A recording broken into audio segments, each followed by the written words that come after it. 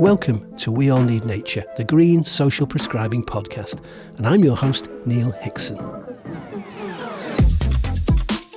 If I were to ask you what your occupation was, I'm pretty sure you'd start telling me about your job, about your career, what you do for a living, etc., all that stuff.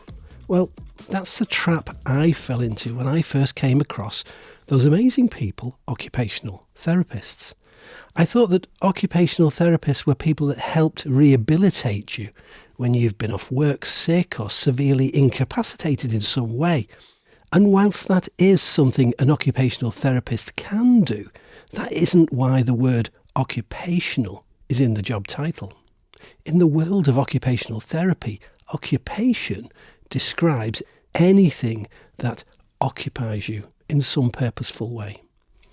In this context, occupation refers to the full spectrum of activities that people engage in throughout their daily lives. Occupations are things which give meaning, structure and purpose to their existence. Cleaning your teeth, making your breakfast or driving your car are all occupations in this context. They're all things that you need to do to live your life. So why am I interested in occupational therapists all of a sudden? Well, call it a planetary alignment or something like that, but a couple of things happened around the same time that brought the occupation of occupational therapy to the forefront of my mind. When I become interested in this whole concept of green social prescribing, using nature to improve people's health, I'd been doing some research into organisations similar to ourselves and activities to ourselves, and they seem to employ an army of occupational therapists. So that was interesting. Then, as quite often happens, a couple of people arrived on the farm one day and asked if they could have a look around and see what we did. I gave them a tour and explained what we were up to. And as they were leaving, the lady said she was a retired occupational therapist. And what we were doing would be a great resource for occupational therapists. This was my opportunity to find out more. The interview that follows is my conversation with Alison Blundell. I'm a retired occupational therapist. Been retired for 5-6 years now. Time flies, doesn't it? When I met Alison, I was eager to understand more about her journey as an occupational therapist with over 3 decades of experience. She had plenty of stories to share. One of my early jobs was working over in St Helens and Knowsley in the older people's services, in the dementia services. There we worked in a unit in Roby and also in St Helens on a dementia ward, but also in a day hospital. It was an old converted school, actually. The people that used to come to us had all moved out of central Liverpool, out to Highton, to Stockbridge Village, to the new towns in the 50s. They were all like dock workers, or for the St Helens side, they were all like the old miners. Big families, tough lives, but absolute salt of the earth. I loved every minute of it. I then morphed into a role at what was the health authority then, doing a project working with what was the primary care teams. It's sort of like a precursor of what became the primary care groups, and then I think they're called the integrated care boards now, where local authorities and health have merged. So doing a project with them, and then from there moved into physical rehab, which I'd not done for many, many years, and ended up working on the wards at Wiston, going from older people's mental health to very, very acute wards. Again, in a day hospital. So you're working with people with a whole multitude of conditions, be it stroke, be it MS, be it orthopaedic problems. And then from there, I worked as the lead therapist, really, sort of setting up the stroke unit, then moved out into intermediate care, which gives you more opportunity to go back to your roots and be a rehab therapist because you've got longer with people. It's sort of like a step down from acute before that person goes home. And it was a gift to an occupational therapist because you're working with people to be able to do those functional tasks that they haven't been able to do because they've either had a stroke or they've fractured the hip or they're really frail and have had loads of falls. So it was working with them to enable them to get back home again. And I just adored that. I absolutely loved it. What do you get out of that, you personally? How does that make you feel? Oh, gosh, achievement. I always remember this story when working in intermediate care, that we had this lady who actually lived in a flat in Birkdale above the shops. Remember it really, really well. She'd had a stroke, but the flat was up a flight of stairs. And they're like, no, she'll never do it. She'll never do it. She was so determined she wanted to go home. And we just worked really, really hard on things like being able to stand long enough in the kitchen so that she could make a cup of tea or make some toast or make a really simple meal, to be able to manage the stairs. You know, how did we need to adapt those stairs so that she could actually get up those stairs safely? And we did it. We got her home, and that was so satisfying to do that. There were many a challenge like that, really. Another guy I can remember, and he lived in Town Green in Orton, and he'd lost his sight. He was fairly new to losing his sight. And again, we did loads of work with him, getting to know the environment in Town Green, you know, going for walks with him so that he knew the pavements and what they felt like, going down to the shops. Again, sort of adapting his kitchen so he could cook a meal. Just hugely rewarding being able to get these people, and all they wanted to do was go home. Because of how the NHS is now, there's not as many opportunities like that. What struck me most about Alison's stories was the profound impact occupational therapy can have on people's lives. But I was curious about how this profession spans both physical and mental health. That's the thing about OT, occupational therapy. You're duly trained. You tend to work in either a mental health field or a physical health field. But when you're working, you never separate the two. Listening to Alison describe her work with people facing these challenges, I could see how occupational therapy goes far beyond just physical rehabilitation. The emotional support and the practical strategies they provide are equally vital. We used to find that a lot of the work was multi-focused. With people with dementia, there's a real overlay of low mood, of anxiety, of anger quite often. And again, it's families are very invested in a lot of that. So a lot of the approaches that we used weren't just about the cognitive deficit, the memory loss and, you know, those bits about not being able to plan anymore or not being able to remember or not being able to sequence things properly.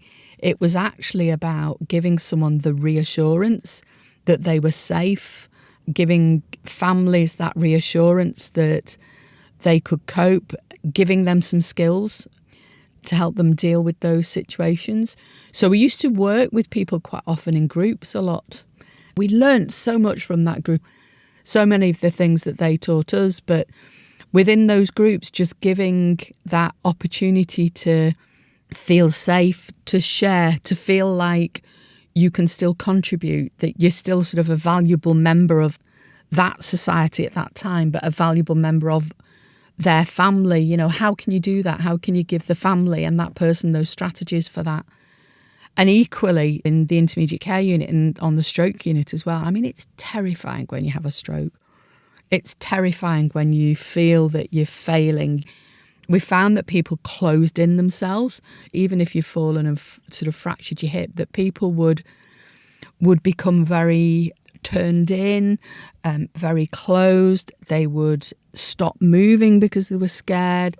So using things like groups and activity, which is core to us as a profession, but using activity to enable someone, not just from a physical point of view, but from that self-esteem point of view, from a communication point of view as well. That was always very big, giving people an opportunity to regain their communication skills in a group environment, using activity. As Alison and I walked around our community farm, she began to paint a picture of how space, like ours, could be used therapeutically.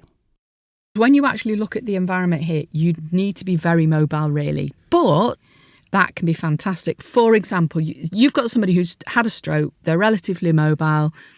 You'd maybe start them off where they're not having to rely on their mobility as much, and it may be more about working in a group. So it's actually about communication, it's actually about planning that task, it's actually about those sort of cognitive elements. So choosing the seeds, choosing the compost, positioning, the pots, working with other people in a group. Quite often people who've had a stroke can have residual communication skills. So actually being in that group environment. Certainly if you've got somebody who has been a gardener in their past, you can really tap into something that is really important to them to enable them to do that again. It's absolutely fantastic.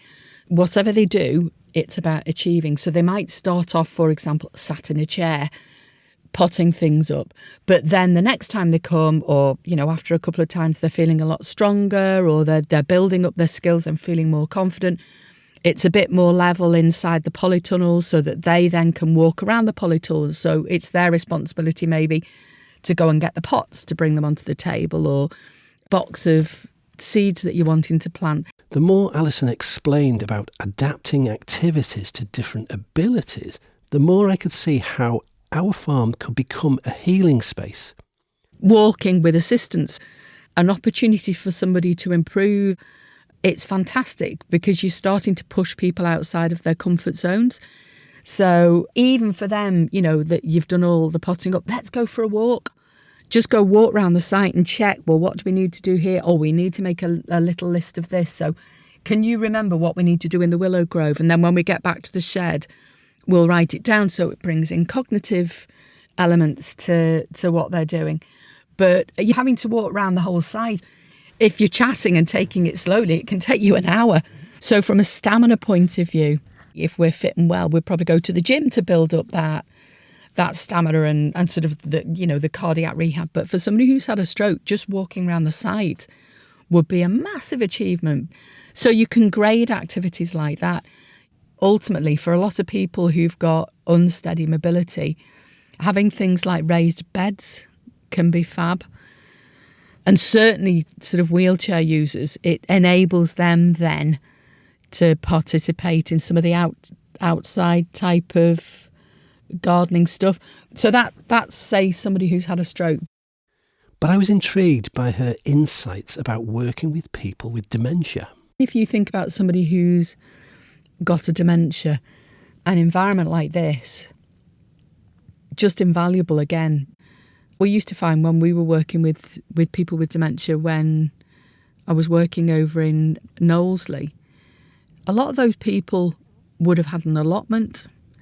Certainly in St Helens they did. They'd have an allotment, or they would have been growers in the past. To be able to tap into that knowledge, particularly for the men, interestingly, you can tap back to a long-held skill or a long-held memory, and it suddenly gives them something that they can succeed at and achieve, because everything else is failure. I can't remember anymore, or I can't dress myself anymore, or, I keep getting really confused and I get sort of anxious and angry. And to actually be able to achieve from a mental health point of view is fantastic. Having experienced my own career challenges, I wanted to explore how places like our farm might help people who've lost their sense of purpose. I've got a theory, apart from experience, where I had a nice job in photography, where I was going out to visit various sites and meet lots of people, some of them famous, and taking pictures and producing something that I would then see next week on the shelf in a newsagent's, and that was my esteem and that was my value of myself and my identity. And then I went through a situation, 2008, 2009 recession, where I had to stop doing that job, and I ended up in retail, stacking cans of beans on shelves. And I felt this complete loss of identity at that time. How would what we do here help people with that? I can completely relate. My core identity was as an occupational therapist, and I ended up sort of management-y role, corporate offices in a hospital, doing all of the stuff that was in the too hard to do box, all of these targets that the CCG would set and that everybody hated. So I actually took early retirement. We were in a lucky position that I was able to do that. And then it's like, well, what now moment, isn't it? And who am I? And for me, it was art, and actually finding something really purposeful that gave you a real sense of achievement and sense of purpose. So for me, that's what painting has given me, finding something that is purposeful. Now, lots of people will have those moments for whatever reason. It might be redundancy, it might be offender rehabilitation, it might be somebody who's never been able to achieve because their education was always really challenged, so they've never been able to get into employment. It might be a catastrophic event like a stroke or a head injury or dementia or Parkinson's or any sort of long-term condition that you suddenly become a person with Parkinson's. We have a relative that is that person. They have stopped being Dan. They have become a man with Parkinson's.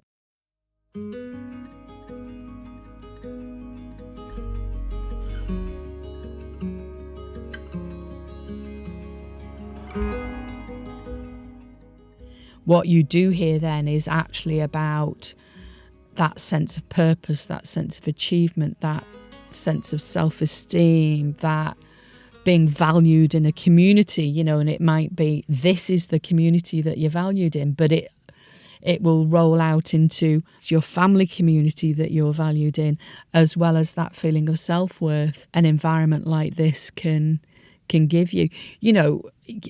Growing a load of crops and then cooking them and then taking home a little tinfoil tray of that vegetable soup that you've made from the stuff that you've grown. How fantastic would that be for somebody where it's all been about loss or hospital or medication or failing ability or, what's going to hit me today? What am I going to lose today? How less able am I going to be today? It's actually about flipping it on its head. How do you create the environment here to enable people to succeed? I feel passionate about what OT can bring to any environment, really. But how you can create the environment to enable people to succeed and achieve, I think, is really key. This conversation was opening my eyes to how therapeutic environments could be engineered to help people succeed. I asked Alison to tell me more about this concept. It's actually about anything that you do here. How can you engineer it so that everybody has that opportunity to succeed, either because they can't walk very well or because they can't concentrate very well or because they can't talk very well, so they can't communicate within that group that they're in, or because they're so anxious and depressed that they just don't want to engage. It's engineering that environment to keep the focus very much on the land and the environment and the wildlife and the weather and the soil and the vegetables and the plants. But it's whatever they do at whatever level they've achieved at the end of that day or at the end of that course, or those photographs that they've taken or that bit of poetry that they've written and it's on a poster down in the Willow Grove. It's got like on a weatherproof laminated. Anybody that goes can see that person's little bit of poetry is actually down there. It's that sort of social engineering, I suppose, in some ways. As our conversation drew to a close, I was keen to hear Alison's thoughts on our farm's potential and where we might go from here. I think one of the key things for me is what you have achieved here is phenomenal. Passion for the land and sharing. That's what I took away last time I was here, that about giving and sharing, and it is a fantastic space. don't underestimate what you've already done. I think that's what I'm trying to say, because this as it is brilliant. And it's actually about enhancing this, but not losing the core of what the wildness of what this place is about. So, there might be bits that you can do to make it a little bit more accessible, because there's a cohort of people that wouldn't be able to come at the moment because it's probably, from an accessibility point of view, a little bit too challenging. So there's little bits like that maybe. But for me, it would be, don't lose the wildness of this space, because it is genuinely awesome. If GPs, for example, cotton on to how good this space is from a social prescribing point of view, you might find yourself quickly swamped. It's such a fantastic opportunity, I think, for if you went to any GP practice and sat and spoke to any of the nursing staff in the practice, let alone the GPs, about all of the people that come through your practice who potentially would benefit from an environment like this, I think you'd find that there'll be a lot of them.